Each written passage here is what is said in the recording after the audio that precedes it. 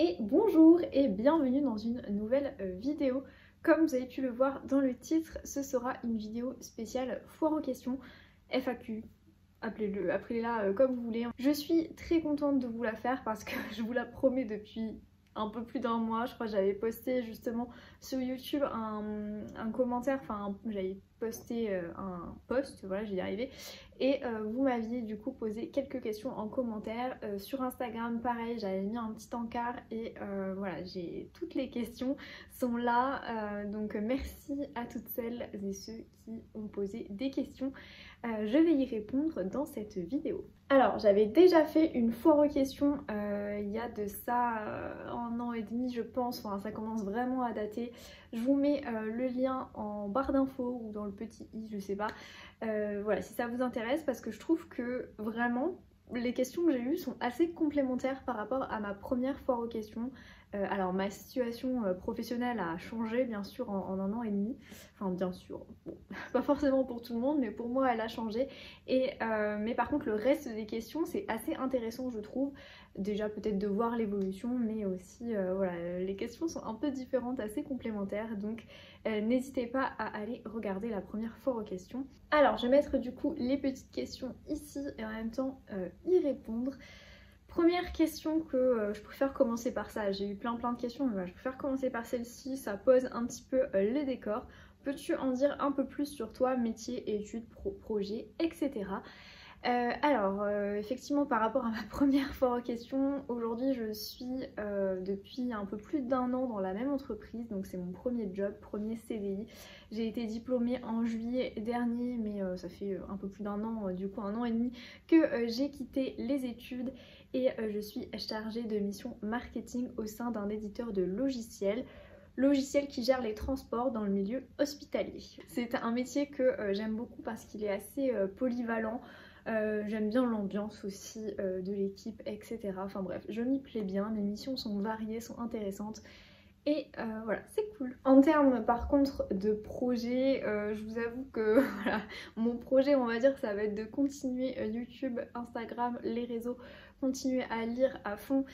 J'ai plein d'idées hein, pour cette chaîne, c'est juste que je manque de temps et que évidemment YouTube n'est pas comment dire, ma source de revenus principale et c'est surtout pas non plus quelque chose qui en ce moment est prioritaire. Hein. Il y a plein d'autres choses qui sont très importantes dans la vie et qui passe avant YouTube, donc malheureusement j'ai pas le temps de m'investir à 100% dans YouTube, mais on va dire que si j'avais un jour un vrai projet ce serait m'investir à fond ici sur YouTube, faire plein de vidéos vraiment régulières, sortir je sais pas du contenu un petit peu thématique, spécifique, etc., différent, original. J'ai plein d'envies hein, mais trop peu de temps pour les réaliser, donc voilà. Et en termes d'études, du coup, pour faire un petit peu mon parcours, j'ai fait 2 ans de prépa et ensuite école de commerce et puis du coup chargée de mission marketing. Autre question, si tu avais le choix du pays ou de la ville où tu voudrais habiter sans contraire, où irais-tu? Alors c'est une question un peu difficile parce que j'ai pas non plus énormément voyagé dans ma courte vie, hein. Je n'ai que 24 ans, enfin disons que dans un mois j'ai 25 ans, on va dire j'ai 25 ans, ouais j'ai pas non plus beaucoup voyagé, mais parmi le peu que j'ai fait, j'avoue qu'une ville que j'adore, que vraiment où je me sens tellement bien, ça va être Sienne en Italie. Je trouve cette ville absolument magnifique, je trouve l'ambiance qui se dégage de cette ville, en tout cas en été, parce qu'évidemment je l'ai visité 2 fois, mais uniquement en été. Et vraiment, l'ambiance est incroyable. Il y a aussi toute une culture, un folklore, la région, la Toscane, etc. Enfin, c'est magnifique.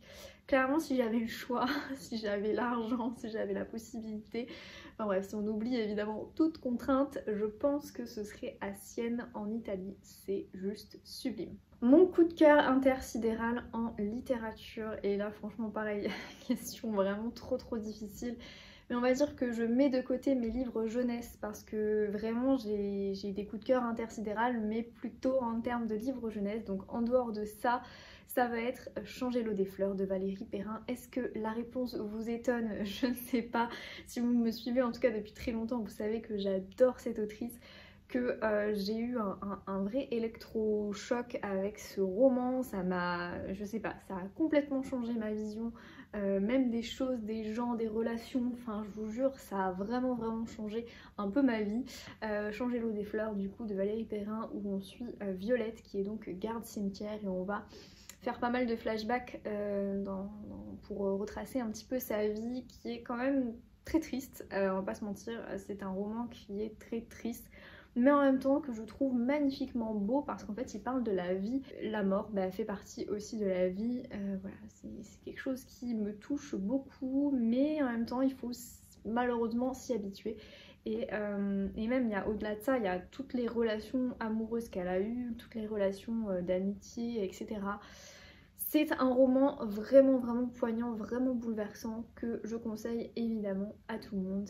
Changer l'eau des fleurs, et la plume de Valérie Perrin est incroyable, c'est mon autrice préférée. Est-ce que ça aussi c'est quelque chose d'étonnant? Non, pas du tout. Combien de livres lis-tu par an? Alors question très intéressante, parce qu'en fait je sais pas trop. J'ai commencé à comptabiliser le nombre de livres que je lisais par an qu'à partir de l'année dernière, donc c'est très récent. L'année dernière, j'ai dû lire environ 80 livres, si je me trompe pas par rapport à voilà, mes stats Babelio, je les connais pas par cœur, hein, mais je crois que j'ai lu environ 80 livres, et un peu moins, 75, je me souviens plus. Et cette année, j'ai décidé de me fixer un objectif à 75 livres, et actuellement, là, le 27 ou 28 octobre, je suis à 60 livres, donc je pense pas atteindre mon objectif de 75. Mais voilà en moyenne combien de livres je lis par an. Une question qui se rapproche aussi, combien de temps lis-tu en moyenne par jour? Et là c'est ultra aléatoire, ça dépend de ma fatigue déjà premièrement, ça dépend de mon humeur aussi. Typiquement voilà, j'ai une mauvaise nouvelle qui est arrivée le week-end dernier, et j'ai quasiment pas lu de la semaine, donc forcément tout ça influe, joue en tout cas sur mon temps passé à lire. Et on va dire qu'en moyenne, si je fais une moyenne voilà, complètement un peu fake, un peu faussée quand même, je vais lire minimum une demi-heure à 3/4 d'heure par jour. Grosse moyenne, vraiment comme je vous dis, qui est un peu faussée, parce qu'en fait la majorité du temps je lis le week-end et les soirs en semaine. Ça m'arrive de lire le matin, mais je vais lire une page, enfin c'est pas du tout représentatif, je vais lire 10 minutes, un quart d'heure le matin, grand maximum, et le reste le soir, mais voilà, ça varie en fonction des jours. Alors question cette fois-ci vraiment très difficile. Quel auteur, autrice aimerais-tu découvrir dans les 6 prochains mois? Ah, tu me poses une énorme colle, Flora. Je ne sais pas. Je ne sais pas, j'ai découvert, enfin quand en fait j'ai commencé à faire une sorte d'envie, ma vidéo notamment sur les envies, mes envies lecture de 2023, j'avais l'idée de découvrir notamment Melissa d'Acosta. C'est chose faite. J'avais envie de renouer avec Lucinda Riley, c'est chose faite. Renouer avec Virginie Grimaldi, c'est chose faite. Je ne vais pas vous faire un bilan, bien sûr il y a une vidéo bilan de 2023 qui arrivera à la fin de l'année, voire début d'année prochaine. Donc voilà, je vais pas vous faire un bilan, mais c'est vrai que j'ai pas spécialement d'envie de découvrir des nouvelles autrices ou auteurs maintenant tout de suite. Mais bon, je vais quand même répondre un petit peu, me creuser la tête et répondre à la question. Il y a un auteur que j'aimerais énormément découvrir, je l'ai mis en tout cas sur ma pile à lire dans ma pile à lire du mois de novembre. Il s'agit de Jonathan Werber, qui est, oui, le fils de Bernard Werber. Ce roman me tente beaucoup, je pense qu'il est parfait pour la période. Il s'agit de Là où les esprits ne dorment jamais, qui est une enquête de l'agence Pinkerton sur les sœurs Fox. Vous savez, c'est les sœurs, on est dans les années 1880-1890 aux États-Unis, et les sœurs Fox sont à l'origine du mouvement Spirit qui a révolutionné la société américaine puis européenne à partir des années 1850 en y amenant la communication avec les défunts. Et je ne connais pas du tout la plume de cet auteur, mais après avoir discuté très longuement avec lui au salon du livre à Limoges, clairement voilà, j'ai très hâte de découvrir sa plume, et aussi son autre roman sur notamment l'histoire un peu de la Vendée pendant la terreur me tente beaucoup. Donc voilà, si je devais dire un auteur, ce serait du coup Jonathan Werber. Quel auteur, autrice aimerais-tu rencontrer? Alors j'ai envie de dire Lucinda Riley, mais bien sûr que je ne pourrai jamais la rencontrer. Donc là j'avoue que pareil, j'ai la plupart des auteurs-autrices, je les ai déjà rencontrés. On va dire si je devais en dire un, ce serait pourquoi pas Ragnar Jonasson, parce que voilà, j'aime beaucoup ses romans, j'en ai lu 4 de lui et à chaque fois je les ai adorés, donc je pense que ce serait lui.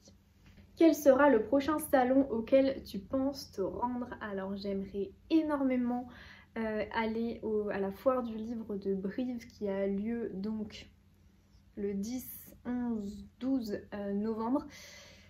Mais je ne sais pas. Je ne sais pas encore. Il y a un contretemps professionnel qui peut voilà, m'empêcher d'aller à Brive et ce serait vraiment dommage pour le coup. Donc voilà, Brive. Et puis après, s'il n'y a pas Brive, ce sera les Quais du Polar à Lyon du coup en mars. Alors je me souviens plus des dates parce qu'elles ont été données il n'y a pas très longtemps. Mars-avril, je sais plus. Mais voilà, Quais du Polar. Brive puis Quais du Polar. Alors là, les gourmandes, quel est ton repas préféré? On va dire que mon plat plus qu'un repas préféré, ce serait les lasagnes. Est-ce que je suis originale? Je vous ai parlé de Sienne et là maintenant je vous parle des lasagnes. Il y a un truc avec l'Italie, non? Alors que pourtant, ouais, je suis pas allée énormément en Italie, mais les lasagnes, c'est un peu mon péché mignon, quoi. Alors la prochaine question, je la trouve hyper intéressante. Alors je la prends pas pour moi, je la prends de manière générale pour un avis. Est-ce qu'on peut réellement être objectif quand on lit un service presse? Je trouve cette question tellement pertinente. Alors pour moi oui. Après c'est moi parce que je suis franche, je suis honnête et je vous le dis quand j'aime pas, même quand c'est un service presse, je vous le dis toujours quand voilà, il y a des aspects que je n'apprécie pas. Après je comprends la réflexion parce qu'effectivement on se dit ouais la fille elle reçoit plein de services presse et tout, c'est des livres gratuits, si elle publie que des avis négatifs peut-être que la maison d'édition va plus lui envoyer des romans. Et ça paraît en un sens aussi logique. Maintenant, je trouve qu'il faut un peu voilà, dédramatiser. C'est une passion, enfin en tout cas pour moi c'est une passion. Je ne suis pas rémunérée à lire ces livres. Non, c'est juste des envois gratuits. Donc pour moi, si j'aime pas, ben j'aime pas. Si c'est une lecture mitigée, c'est une lecture mitigée. Je vous le dis à chaque fois. Mais je peux comprendre effectivement qu'on puisse se poser la question, je peux comprendre que je pense qu'il y en a certaines aussi qui doivent jouer, enfin je sais pas qui hein, et je veux pas savoir, mais je pense que certaines à mon avis jouent là-dessus et adorent tous les services presse, elles aiment tout parce qu'évidemment il faut qu'elles se fassent bien voir des maisons d'édition pour encore plus avoir de livres gratuits, enfin bon bref c'est un peu les mauvais côtés, j'ai envie de dire, de l'influence littéraire. Il y en aura toujours qui seront comme ça, malheureusement. Donc voilà, faut faire attention à évidemment qui on suit. Mais moi, de toute façon, si vous me suivez depuis un moment, vous savez que service presse ou pas, j'ai toujours été objective sur toutes mes lectures. Et encore une fois, vu que ce n'est pas du tout mon gagne-pain, c'est pas grave s'il y a une maison d'édition qui du jour au lendemain n'apprécie pas ma critique et ne m'envoie plus de romans.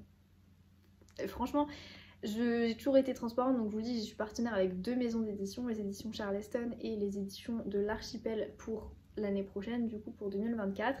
Donc les autres maisons d'édition, je vais recevoir occasionnellement des services presse, mais ça va être, pour l'instant en tout cas, ce n'est qu'à ma demande propre. Je crois qu'il y a une fois, les éditions Hervé Chopin m'avaient envoyé Miss Elisa. Alors effectivement, je m'attendais pas à avoir un coup de cœur pour Miss Elisa. Je pensais que j'allais bien l'aimer, mais pas à ce point-là. Donc c'est une très bonne surprise. Mais typiquement, vous voyez, ils m'ont envoyé également un autre roman que je suis en train de lire là, qui s'intitule Les derniers jours de Cléopâtre. Et je dois vous avouer que mon avis ne sera pas ultra positif.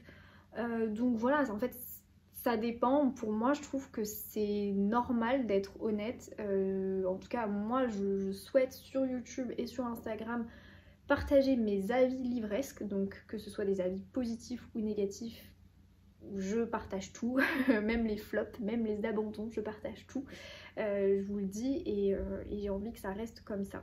Mais j'apprécie beaucoup cette question. Autre question hyper intéressante, qu'est-ce que Bookstagram t'apporte au quotidien? Est-ce que c'est une source de stress? Alors non, ce n'est pas une source de stress et je mets vraiment un point d'honneur à ce que ça ne le soit pas. Donc je parle aussi de Booktube, hein, bien sûr.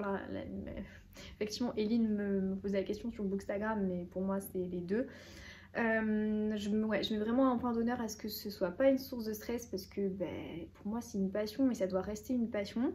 Après c'est vrai que des fois quand on est pris dans l'engrenage de la création de contenu, tout le monde crée du contenu à fond, ça nous force nous aussi. Enfin c'est vrai qu'il y a certains moments je me suis dit mince, j'ai pas posté depuis 5-6 jours, il faut que je me bouge un peu les fesses et que je poste. Ça c'est vrai que j'avoue, ça, on est dans le cercle en fait, on est dans le truc et ça m'oblige. Donc c'est pas stressant en soi, mais c'est vrai que j'ai cette pression là de poster très régulièrement. Et à certains moments, ouais, à certains moments tu te dis bon stop quoi, il faut savoir aussi prendre du recul par rapport au réseau et se dire, enfin moi j'aime bien déconnecter pendant un week-end, voir mes amis qui sont pas du tout réseaux sociaux et ça fait du bien en fait d'être avec des gens qui sont pas du tout branchés réseaux sociaux parce qu'en fait on sort un peu la tête de l'eau et on se dit ok, donc en fait dans la vie les réseaux sociaux c'est pas fondamental. Mais c'est vrai que quand t'es tout le temps dessus, enfin moi typiquement sur Insta j'y suis tous les jours, je peux pas passer un jour sans regarder Instagram, c'est impossible. C'est devenu une sorte d'addiction, hein. Est-ce qu'on peut appeler ça comme ça? Ben oui, on peut clairement dire que c'est devenu une sorte d'addiction, mais pas de stress. Voilà, j'essaye quand même de faire la différence, de poster par passion et par envie, pas parce que je suis contrainte, absolument pas, j'essaye hein. Et voilà, il y a des moments c'est difficile, hein. Franchement je vous le dis, il y a des moments c'est très difficile, genre typiquement je sais que je dois vous filmer ma vidéo sur les sorties littéraires d'octobre et je me suis dit mince, nous sommes fin octobre donc je vais faire octobre et novembre, pas le choix, là je me force un peu, vous voyez. Mais en même temps c'est une volonté de ma part de sortir des vidéos sorties littéraires, donc voilà, faut juste, à mon sens, un juste milieu, un juste dosage entre la création de contenu, ce qu'on a envie de donner, d'insuffler en fait, et nos propres envies, nos propres humeurs du moment, etc. Et sinon, pour l'autre question, qu'est-ce que Bookstagram t'apporte au quotidien? J'ai envie de dire que Bookstagram a clairement changé ma vie, on peut dire ça, hein. On peut vraiment le dire, ça fait très pompeux de dire ça, mais c'est vrai. Bookstagram m'a apporté énormément de choses. Au quotidien, ça m'apporte des amis en or. Voilà, grâce au réseau, en tout cas, j'ai rencontré des filles qui sont géniales, qui sont aujourd'hui vraiment devenues très proches. Donc rien que pour ça, enfin, je trouve ça incroyable que les réseaux puissent vous fournir en fait ça. J'ai l'impression que c'est une marchandise, mais non pas du tout, mais c'est une relation amicale que je n'aurais jamais eu en fait sans Instagram. Donc enfin ouais, ça change complètement ma vie quoi. Et au quotidien c'est des échanges, du partage, c'est des idées aussi pour notamment les créations de contenu, des idées lecture que j'apprécie beaucoup. J'aime beaucoup découvrir des nouveaux auteurs, des nouvelles autrices, etc. Je trouve que c'est tellement enrichissant. Donc au final, non, je peux pas dire que c'est une source de stress parce que en fait je suis constamment stimulée voilà, avec Bookstagram, avec de nouvelles idées, de nouvelles choses, que non, ça peut pas trop être une source de stress. S'il ne devait rester qu'un livre, ça serait lequel? J'ai mis la ring light parce que il commence à faire nuit, voilà. S'il devait rester un livre, question trop dure, mais encore une fois je pense que ça serait Changer l'eau des fleurs, que j'aimerais beaucoup relire. Et si c'est un livre jeunesse, je prendrais Le Collège des princesses de Shannon Hall. Hall ou Hall, je sais plus, qui a été une révélation pour moi. C'est vrai que j'en ai même quasiment jamais parlé je crois sur YouTube ni sur Instagram, mais Le Collège des princesses c'est vraiment magique. Pour l'enfant que j'étais, c'était magique d'avoir comme ça un univers c'est un peu fantastique quand même, parce que du coup on a un petit village où on a une petite fille toute frêle, toute... enfin je pense qu'elle voilà, je me suis vachement identifiée à elle, toute frêle et tout, qui va devoir aller dans une école pour potentiellement devenir la nouvelle princesse parce que le prince a décidé d'épouser le prince du royaume a décidé d'épouser une des filles de ce village. Merci la moto qui passe en même temps. Donc voilà, le prince du royaume a décidé d'épouser une des filles du village. Il y a je sais plus, les oracles ou je sais pas quoi qui a dit que c'était dans ce village qui était la future épouse et donc elle va devoir malgré elle aller dans cette école très reculée. On est dans la montagne donc on a tout cette ambiance, ça ressemble très fortement à une vraie montagne, enfin je veux dire c'est pas complètement fantastique et c'est hyper intéressant parce que voilà il y a une forte concurrence entre les filles, etc. Et en même temps, il y a tout un univers très poétique, je trouve. Et il y a notamment la pierre, voilà, la montagne qui est aussi un personnage à part entière, où ce sont des gens de la montagne. Et il y a pas mal de chants, de chansons. Voilà, c'est vraiment un bel hymne à la nature également de ce côté-là. Et j'avais été vraiment subjuguée, enfin la moi enfant avait été subjuguée par ce roman que je trouve génial. J'ai dû le relire au moins 10 fois, donc c'est vous dire. Donc je sais pas, changer l'eau des fleurs ou le collège des princesses. Qu'est-ce qui vous a donné envie de partager vos lectures sur les réseaux sociaux et comment se sont passés vos tout premiers débuts? Question aussi très très intéressante. Moi à la base, donc les réseaux sociaux ça va être plus mon compte Instagram. YouTube je suis là depuis combien de temps j'ai ma chaîne YouTube? Je sais même pas. 1 an et demi, 2 ans? Non 2 ans facile. Un peu plus de 2 ans je pense. Et Instagram 4 ans, 5 ans, je sais plus, 5 ans je pense. Et donc au début ça a commencé par la création de mon compte Instagram. À la base j'ai créé un compte Instagram en parallèle de mon compte Instagram privé parce que je commençais à suivre des comptes livresques, donc des comptes Bookstagram. Et en fait je trouvais qu'il y avait trop de livres sur mon fil d'actualité et je voyais plus passer les publications de mes amis. Donc ça m'embêtait énormément et je me suis dit on va essayer de segmenter. Et donc j'ai créé un compte Instagram tout simplement pour pouvoir séparer, pour pouvoir suivre en fait les comptes Bookstagram que je suivais donc à l'époque. Et j'ai découvert tout un univers que je trouvais vraiment très chouette. J'ai toujours été passionnée par la lecture depuis toute petite. Il y a eu des périodes où évidemment j'ai moins lu, mais c'est vrai qu'au moment où j'ai repris la lecture de manière assidue quand j'étais en école de commerce, enfin en licence 3 donc voilà, et me suis dit j'ai envie d'avoir des idées en fait lecture. Et donc quoi de mieux que d'avoir des idées lecture qu'en suivant des filles sur les réseaux qui parlent de livres. Et c'est vrai que même si j'allais en librairie et tout, je savais pas trop vers quoi me diriger, j'étais un peu perdue. Enfin c'est vrai que quand on connaît pas trop l'univers, quand on n'est pas plongé dedans, c'est très difficile de se faire un avis sur certains auteurs ou même de trouver des livres qui peuvent vous tenter. Et donc du coup voilà à la base pourquoi j'ai créé mon compte Instagram, tout simplement par des idées lecture. Et sur le coup, comme j'ai découvert tout un univers, je me suis dit pourquoi pas moi aussi faire pareil, partager les livres que je lis et puis tout simplement voilà en faire des chroniques. Le but c'était également aussi de me faire une sorte de journal de lecture où sur mon compte Insta du coup j'ai de répertorier tous les livres que je lis. Donc c'est vrai que pour certaines, le but premier de la création d'un compte Instagram, ça va être les échanges et le partage.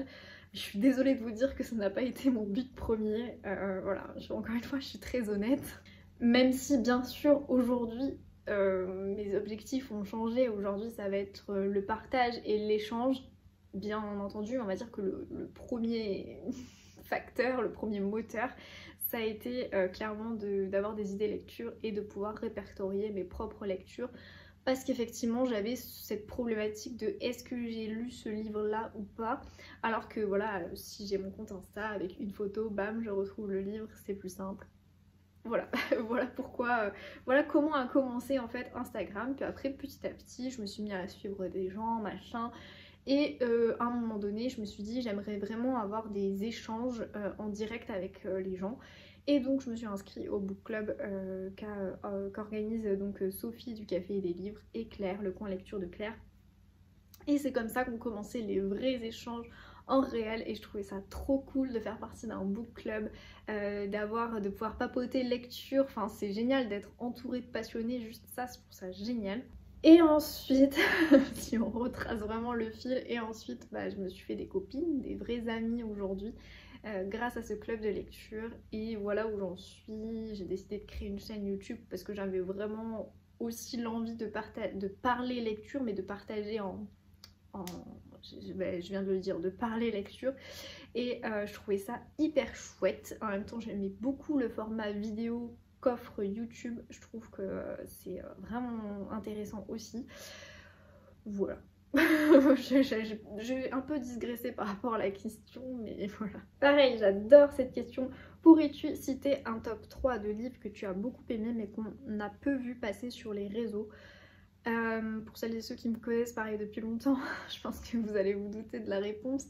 Ça va être La Plume Fantôme ou juste Plume Fantôme de Isabelle Wolf qui parle, on est sur une double temporalité et en fait on suit une jeune plume fantôme, donc une nègre, un nègre, je sais pas, voilà, une personne qui va écrire à la place de quelqu'un d'autre et elle va écrire du coup l'histoire de Clara qui est une ancienne personne, enfin voilà, dans son enfance elle a été dans des camps de concentration en Indonésie tenus par des Japonais et on va suivre l'histoire de Clara qui est vraiment très tragique. Il y a une histoire notamment, il y a des secrets de famille, etc. qui va se mélanger, qui va faire un vrai parallèle, un effet miroir avec l'histoire de cette personne donc, qui va écrire à sa place. Et pareil, qui a connu où il y a des secrets de famille, il y a quelque chose, il y a un traumatisme familial. Et c'est hyper intéressant et je suis vraiment super déçue qu'il soit pas autant mis en avant sur les réseaux sociaux parce que pour le coup il est incroyable. J'avais été complètement embarquée par le récit, je trouvais que la plume était hyper fluide mais en même temps le pitch ça montait crescendo, puis à un moment donné on a le dénouement si je peux dire dans cet univers, dans cette ambiance de camp de concentration qui est juste... Bon, je sais pas si c'était un camp de concentration, je pense que oui. Dans ce camp de concentration qui est juste affreux et c'était très prenant, très bouleversant et vraiment, voilà, je vous conseille à fond si vous aimez les romans historiques. Je pense que c'est une partie en plus dans la littérature qu'on voit peu passer, voilà, pendant la Seconde Guerre mondiale en Indonésie, donc... S'il vous tente, foncez. Et ensuite, il y a un livre que j'aime beaucoup, que j'ai vraiment adoré, qui est une sorte pour moi d'ovni littéraire. Il s'agit de Debout les morts de Fred Vargas, qui peut se lire en cette période d'ailleurs, parce qu'il est parfait, où on suit trois...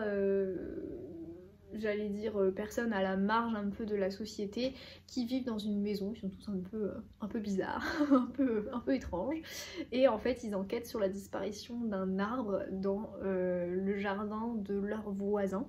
Et en même temps ça va se mêler avec une histoire de chanteuse etc disparue, enfin franchement c'est un ovni littéraire mais j'ai accroché à fond avec cette ambiance très particulière et avec la plume de Fred Vargas qui pareil est très singulière, très spécifique, mais qui mélange en fait roman policier un peu avec poésie. C'est très chouette. Et le troisième roman que je ne peux également que vous conseiller pour les fans de romans historiques, il s'agit de L'Atelier des Poisons de Sylvie Gilbert. C'est un roman où on est à Paris dans les années 1880 et on suit une jeune femme, une jeune peintre, artiste peintre qui s'appelle Zélie. Et j'ai bugué là, Zélie, et elle va, si vous voulez, elle va commencer en fait ses études aux Beaux-Arts. C'est la première fois que les Beaux-Arts d'ailleurs ouvrent leurs cours à des femmes, donc elle va devoir voilà, un petit peu se jouer des coudes pour pouvoir s'imposer en tant qu'artiste peintre femme. Et en plus de ça, à un moment donné, il y a le commissaire, un commissaire qui va... l'engager. À la base, il l'engage pour faire le portrait de sa filleule, mais bien sûr, il a une autre idée en tête. Zélie va devenir un petit peu ses yeux et elle va voilà, un petit peu tout rapporter au commissaire et il y a une enquête, quelque chose évidemment que le commissaire a envie de savoir. Elle va devenir un petit peu voilà, sa rapportrice de faits. Et si vous voulez, on est dans le Paris malfamé, un petit peu, on est dans des auberges où tout est un peu sale, etc. Et en même temps, on passe au salon très guindé de la haute bourgeoisie, de la haute société parisienne. Enfin, c'est très intéressant, je trouve, en termes d'ambiance, c'est très très chouette. Moi, j'avais voilà, beaucoup apprécié, et c'est vrai que je l'ai jamais vu passer, je crois, sur les réseaux. Donc voilà. Autre question, le pseudo a-t-il une signification particulière? Alors oui, c'est une signification particulière. Je ne m'appelle pas Luciole, je m'appelle Marie. Attention, hein, parce que j'ai eu plusieurs voilà, propositions, en tout cas de service presse, où les maisons d'édition m'appelaient Luciole. Mais non, je m'appelle bien Marie. Et oui, c'est une signification par rapport en fait au nom de mon Instagram perso. Donc j'avoue que j'ai pas trop envie de dévoiler mon pseudo voilà, d'Instagram perso, surtout qu'il est public. Mais voilà, j'ai pris en fait une partie de mon pseudo Instagram privé que j'avais avant pour le transformer. Et à la base, je m'appelais, enfin sur Instagram, quand j'ai créé mon compte, je m'appelais Books, Livres Co. Parce que j'avais pas de voilà, d'envie particulière, j'avais pas trouvé de nom, et je m'étais dit je m'appelle comme ça. Et puis petit à petit, Luciole in Books est venu vraiment s'imposer à moi, et je saurais pas expliquer comment d'ailleurs, pourquoi, mais à un moment donné je me suis dit mais pourquoi je m'appelle pas Luciole in Books, c'est très bizarre. Et donc voilà, j'ai voulu changer, et j'ai vu qu'il était pas du tout pris, et donc je l'ai pris. Et donc comme je le mets sur mon profil sur YouTube, si vous cherchez, si vous regardez un petit peu mon résumé ou à propos, je sais plus, c'est donc moi, Luciole entre guillemets, version livre, donc Luciole in Books, Luciole dans les livres. Je sais que voilà, ça satisfera pas beaucoup la curiosité de... Ça ne satisfera pas, pardon, c'est français. Ça ne pourra peut-être pas satisfaire certaines, mais voilà, je vais rester assez privée sur la partie compte Instagram privé.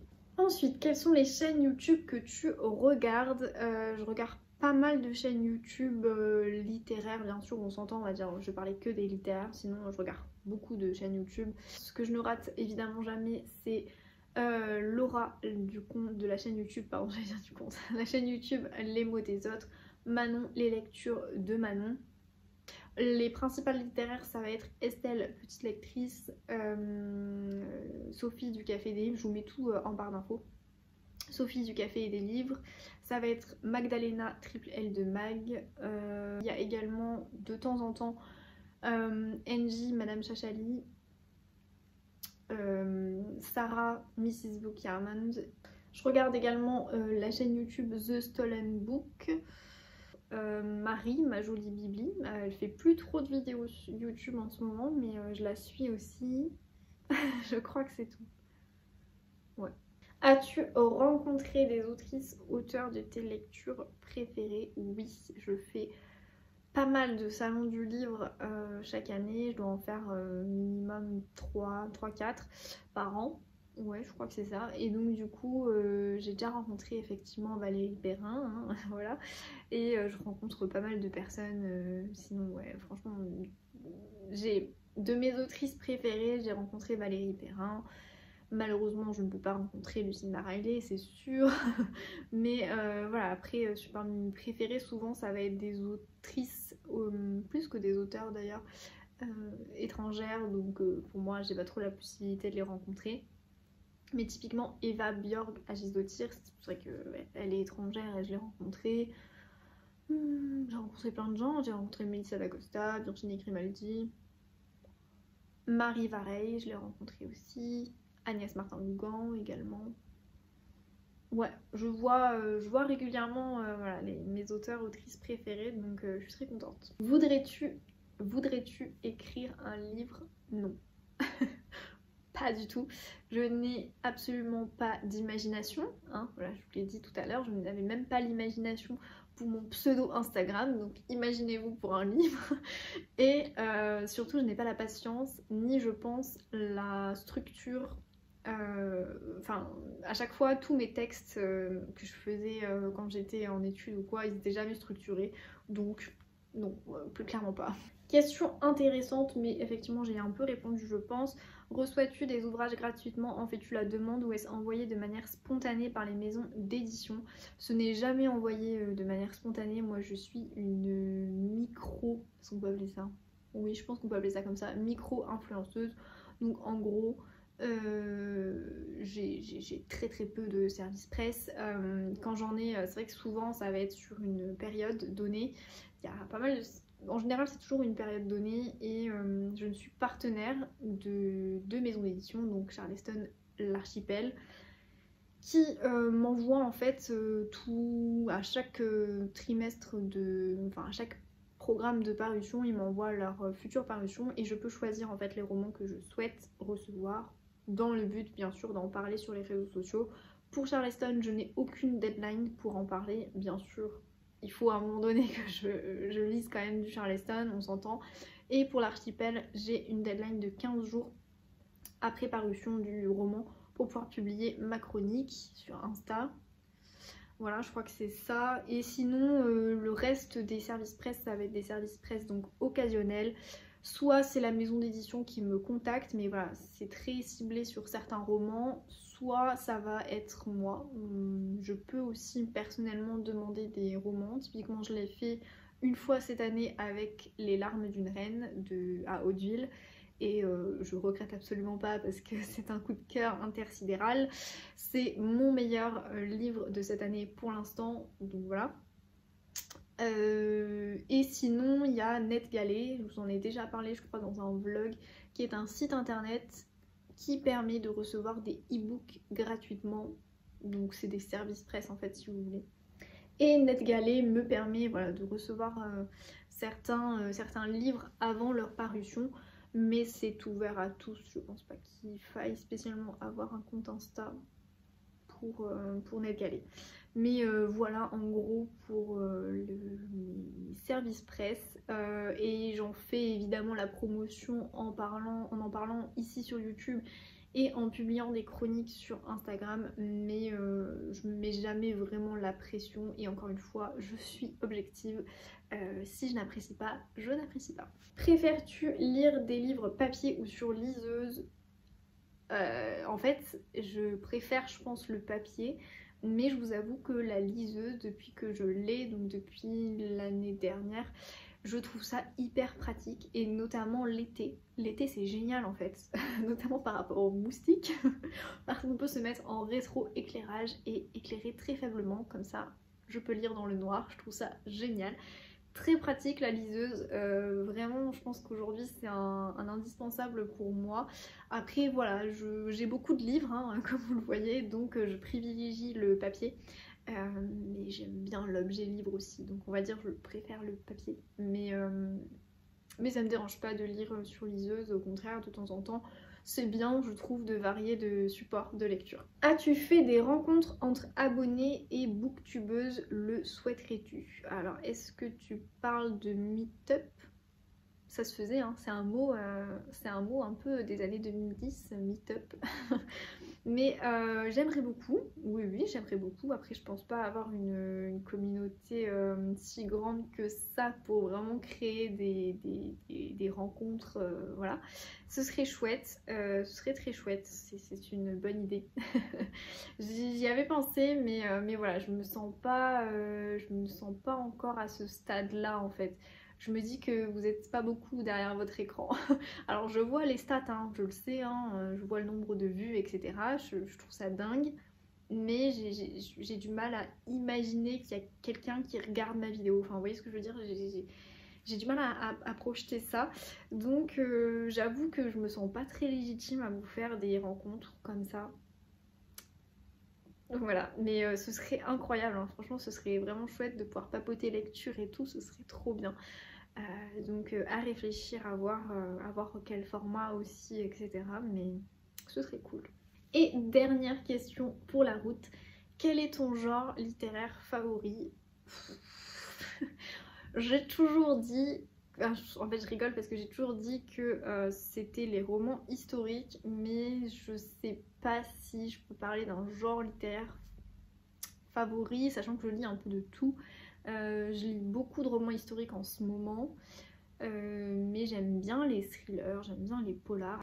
Mais je sais pas en fait, je lis un peu de tout en termes de genre littéraire. Je vais être sur de la littérature blanche que j'aime beaucoup aussi. Généralement la littérature blanche c'est ce qui me provoque le plus d'émotions. Donc j'ai plutôt tendance à dire que voilà, la littérature blanche est mon genre littéraire favori, même si j'en lis quand même relativement peu. Sinon, roman historique, saga familiale. Est-ce que saga familiale c'est un genre littéraire? Je ne sais pas. Thriller polar. Et par contre, tout ce qui va être fantasy, fantastique, j'en lis très très peu. Alors que pourtant, j'adore tout ce qui touche aux vampires. C'est très marrant. Vraiment, quand j'y pense, je me dis, mais il faudrait que je lise davantage sur justement des vampires et tout. Mais je sais pas. En fait, je vais pas trop me tourner vers ça, alors que je sais que j'adore. C'est un peu bizarre comme. Mais voilà, en termes de genre littéraire favori. Voilà, je pense avoir fait une grosse vidéo. Je pense avoir beaucoup parlé.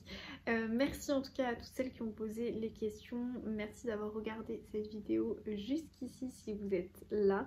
Et voilà, si vous avez d'autres questions, bah, n'hésitez pas en commentaire. J'y répondrai directement par écrit.